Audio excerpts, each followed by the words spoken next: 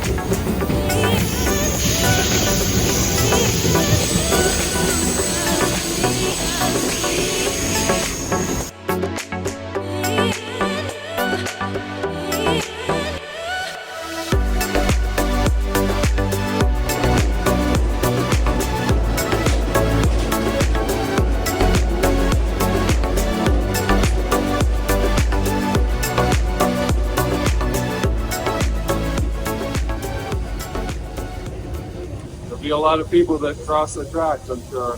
Hope they get out of the way. You're not supposed to do that. It's not beach. This is Beluga Point. That's where I took the trip down the Turnagain Arm to see the boar tide. You're not supposed to cross the tracks here, but a lot of people do it. There's even signs telling you not to. I guess it's a safety hazard. You might get stuck in the tracks. And you definitely don't want to get stuck in that mud. but it's a beautiful place to see the poor tide. And a beautiful place just to walk and drive. Love it. And you will too. Now sit back, relax, let's enjoy some more of this beautiful scenery. And no, I don't mean this pesky fly.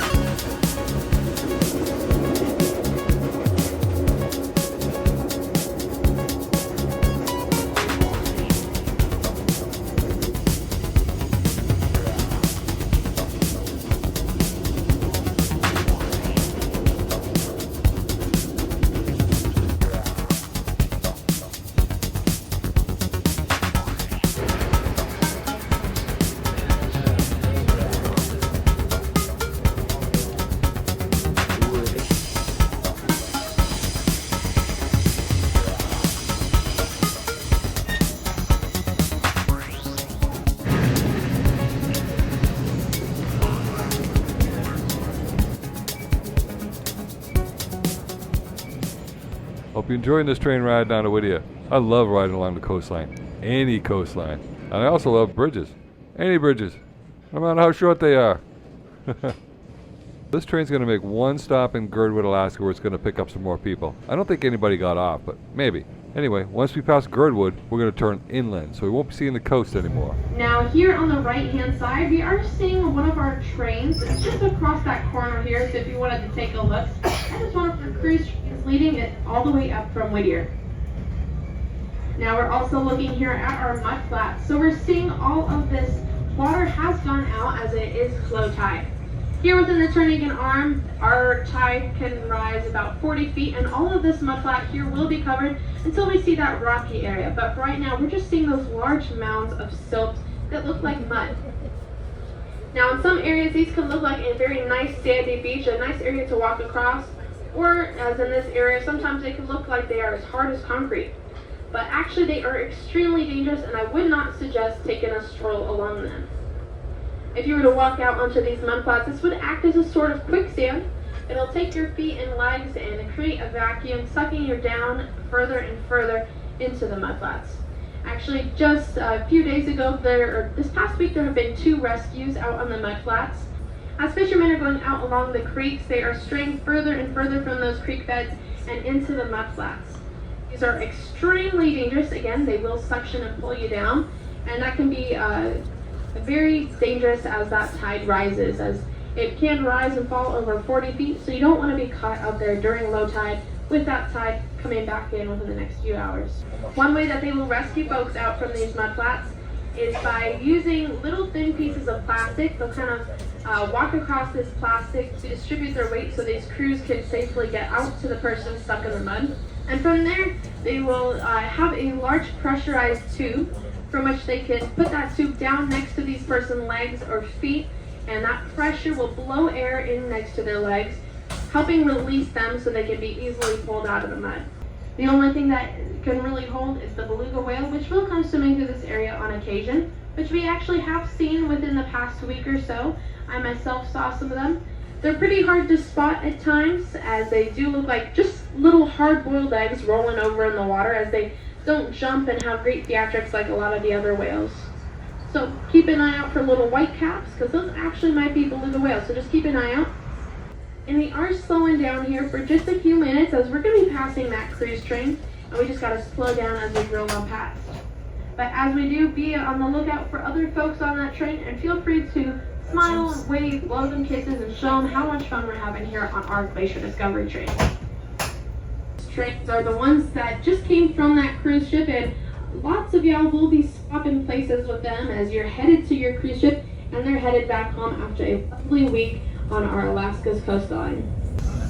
Mount Alaska attracts about 500 inches of snow each year, and with all that snow, of course, comes lots of snowboarders and snowboarders and skiers from around the world. Alaska Resort is just tucked away here within the town of Girdwood. If Girdwood is your final destination. Please make your way to the Alpha Bravo doors or to the Charlie Delta doors. Feel free to look at the dogs on the left-hand side. They're howling at us. We'll howl right back at them. And as we do come to a stop, please remain in your seats. Thank you so much. I just barely got the camera up in time to see that beautiful river, but I did catch these beautiful mountains. Look at the glaciers up there. You don't see the blue in this video here, but in real life, it's amazing. We do not allow the consumption of personal alcohol, so please refrain from drinking your alcohol until you reach your final destination. However, we do have alcohol for purchase in our bistro cafe. That'll be just downstairs in A. I highly suggest that you go and visit Shockey, our bistro attendant. If you have any questions, please feel free to ask us.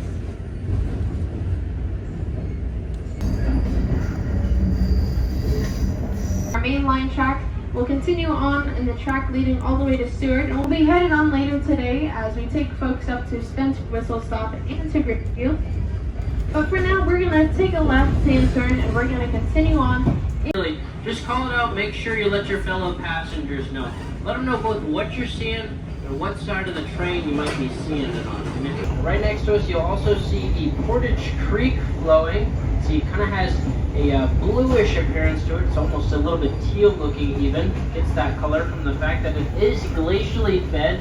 It's fed by the Portage Glacier, which is just kind of right in front of us right now. We can't hardly see it from the tracks anymore. We can just barely get a glimpse of it right as we go into our first of our series of 2 tunnels as we go to Whittier. It has receded quite a bit. We used to be able to see it fully from here on the train tracks, but again, has receded quite a bit since that time. And that was my absolute favorite part of our ride today, is when we leave first tunnel, and we hear everyone's oohs and ahs as we make our way into Bear Valley. Now here in Bear Valley, keep an eye out as it is not appropriately named.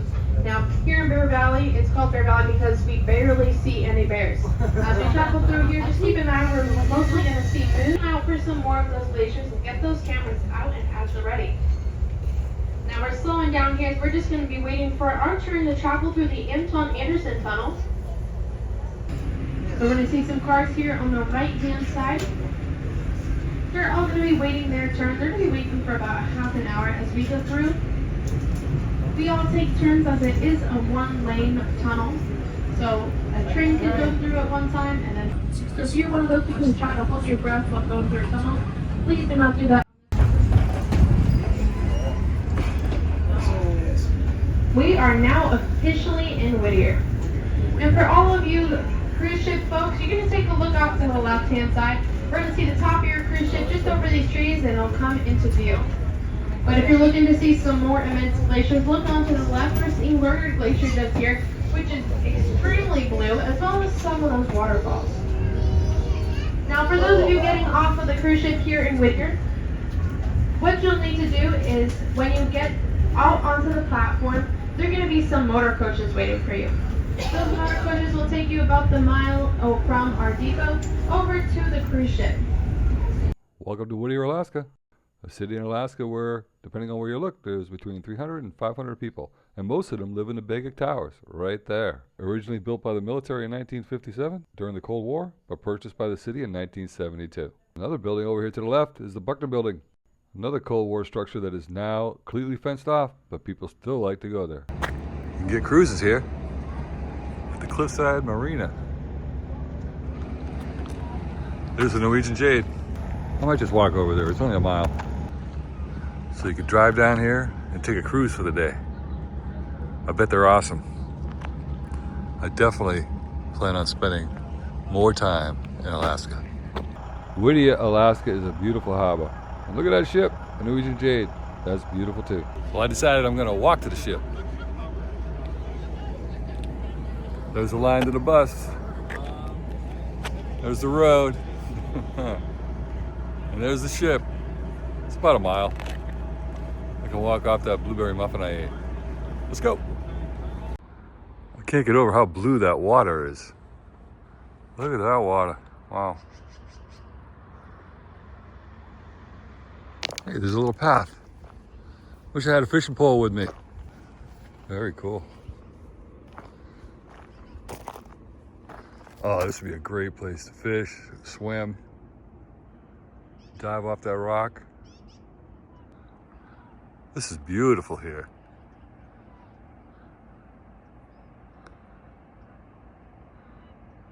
There's my home for the next 7 nights.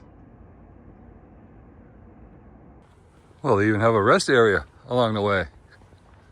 That's pretty cool. Getting closer.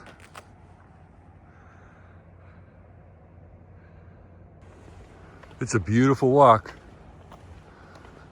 along this mile-long walkway from where the train drops you off to where you board the ship.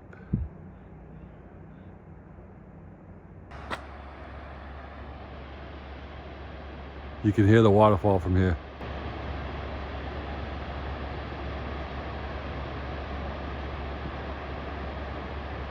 Where the tunnel ends and Alaska begins. Cool. That's where you go down to the beach area. I saw some people fishing and walking a dog.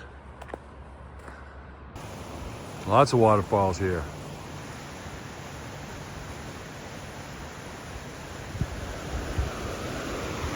Check out the creek.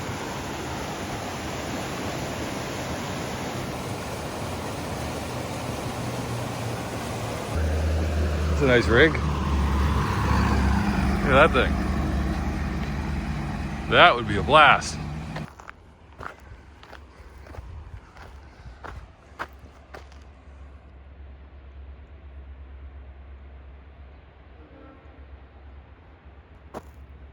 There's a tunnel I just went through in the train.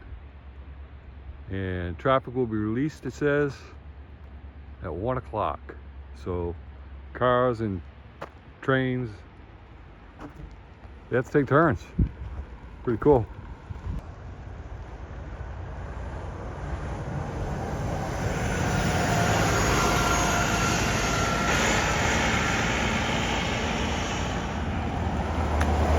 Well, if I took the bus, I wouldn't have been able to stop and take the picture, take a video of that beautiful glacier.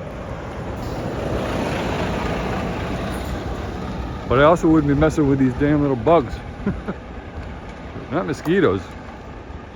Little black flies, midges or something. They really don't bother me until I stop.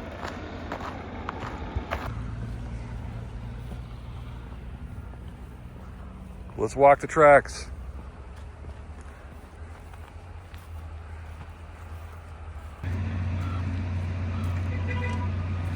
I got my 4,000 steps in doing that. But I thought I'd get here after all the buses that unloaded all the people. And I would have. But then, there comes these buses full of people that they took from Anchorage. Just as I got here. Go figure. It's gonna be fun. Let's get on board. Okay, well, security was quick, since I had casinos at sea. Let's go, let's board the Jade. I wonder if they're gonna cover these if it rains, because it rains a lot in Alaska. Not today though. It's cloudy, but beautiful.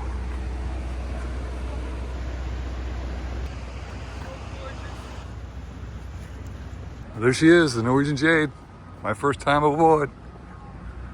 The bugs aren't bad out here by the water. This boat's a lot smaller than the Bliss. That's a good thing in Alaska though. You can get closer to the glaciers and stuff. At least I hope. Oh, but I did get the Glacier excursion, so I'll get close to it anyway. Let's go meet the other solos on board. The ones I met on the transatlantic last year on the Encore. It's a fun group. Don't be afraid to travel solo, especially cruising. You always meet people. I do.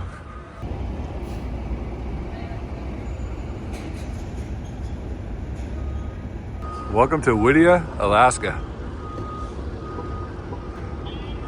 In the Norwegian Jade.